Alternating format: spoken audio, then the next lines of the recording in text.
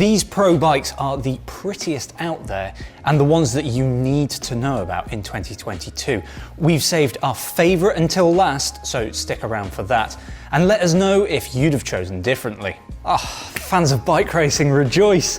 The early season races are here, and if you're like me and you enjoy spending your lunch break watching races like the Saudi Tour, it's the best time of year. But what are the best bikes in the pro peloton? We think it's these 6 beauties, but do you agree? Let us know if you love our selection or whether you wouldn't ride one of these bikes to save your life. We've chosen bikes from both the men's and women's pro teams, but with more teams supporting both men's and women's teams, lots of the bikes are ridden by both. One of the biggest setups to have a new women's team for 2022 is the team of reigning Tour de France champion Tadej Pogačar.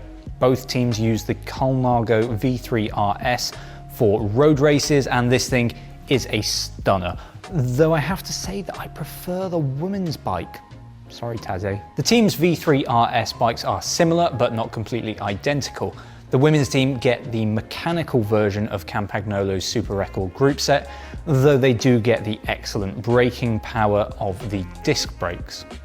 The men's team, meanwhile, well, they get electronic shifting from Super Record EPS, and it seems that Pogačar will continue to use rim brakes for the occasional mountain stage. There's also no prizing him away from his favourite tubular tyres, though he does train on disc brakes and tubeless tyres. I mean, it hasn't exactly hindered him. The uber fancy Bora Ultra WTO tubeless wheels will see some use, though the team still has their old Bora Ultras for when the riders fancy rolling on tubular tyres. It's one bike to rule them all for the Ineos Grenadiers, although that said, the Dogma F is an okay bike if you're gonna only have one bike to ride on. I rode this bike when I went to see the new Shimano Dura Ace group set last summer, and it helped me to set a moderately respectable time on the Tour de France climb of Les Ardennes. Back to the bike, and Ineos's standard paint job is a nice red to navy blue fade, but it is the special edition bikes that we're really interested in. Ineos has a fair few national champions, including Ben Swift, who is the British champion, and Spanish champion Omar Fraile. Those two get white bikes with some subtle nods to their respective national jerseys, though we can't help but think that the Spanish champion is going to have an easier time keeping his clean than the man from Yorkshire. Anyway, Ineos also has the Olympic champion, and Richard Carapaz has gone for the classic golden bike with a fade into black, and oh, it's pretty, and I am very jealous. The bike is decked out in Shimano's latest Dura Ace Di2 group set, and Ineos has finally made the jump over to disc brakes. While we, as bang average recreational riders, do love disc brakes, it would be interesting to know what proper racers like Luke Rowe and Geraint Thomas think about them.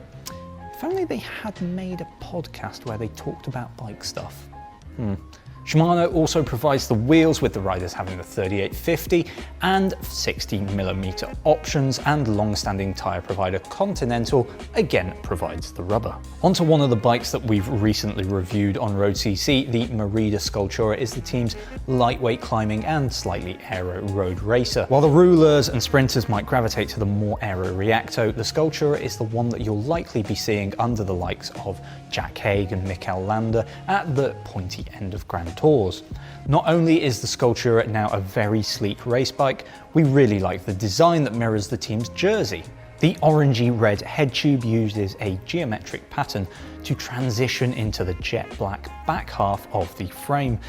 It isn't the over-the-top design that we've seen in the past, but it also isn't boring, and we really like this. One thing is very interesting with this bike. Now, let me run you through the parts list and you can guess at the price of this bike. So we've got a clever lightweight frame that has like aero touches and a neat front end. There's a carbon seat post and a one-piece carbon bar stem. Dura Ace Di2 group set, that's the latest 12-speed disc version. The Vision carbon tubeless wheels and Continental's GP 5000 tyres. Now, you might think that that'd run to around about 13 grand, but you can have this exact bike with a power meter for £7,750. Okay, that's not cheap, but it's a hell of a lot more affordable than most top-end bikes. maybe one to consider if you're after a Tour de France level bike this year. So the team that has the green shorts, and we're still not sure how we feel about that, but there is no doubt that this bike is an absolute stunner. Thankfully, Cannondale has gone for a rather plain white middle of the frame with contrast stripes on the rear triangle.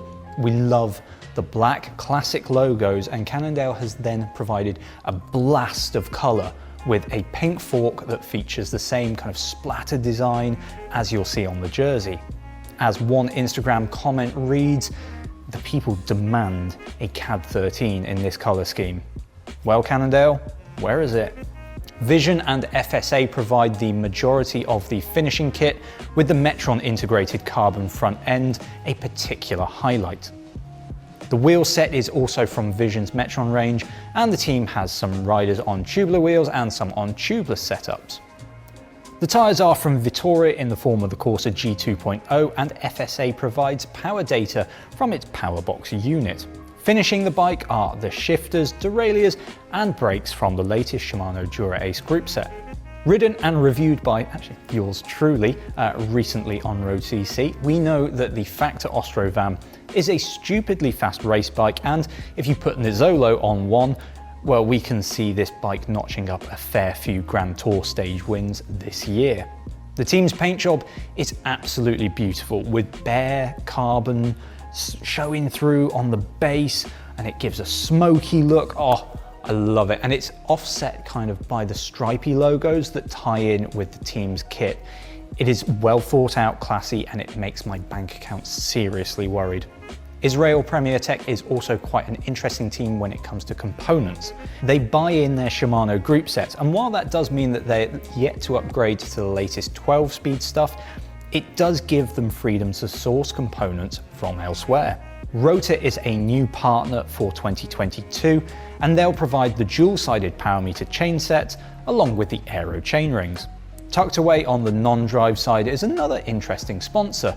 Swiss Stop used to be a common sight on pro bikes when rim brakes ruled the roost.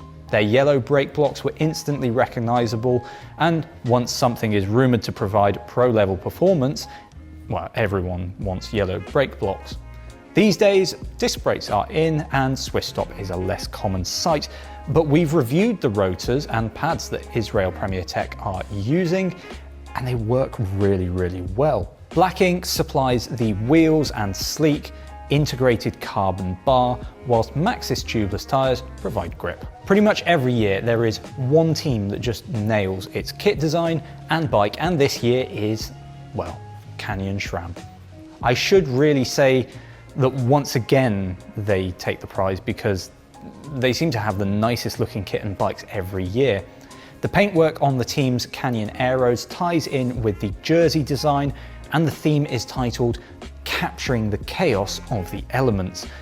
Now that might seem a little arty for a bike racing team, but this is what happens when you let a great designer loose with the crayons. Oltan Coil deserves a rather large chapeau for designing the team's kit and bikes since 2016. And this one is a really fresh take just when it seems that all women's pro team kits are going to kind of washy pastel fade design. Not that we hate that.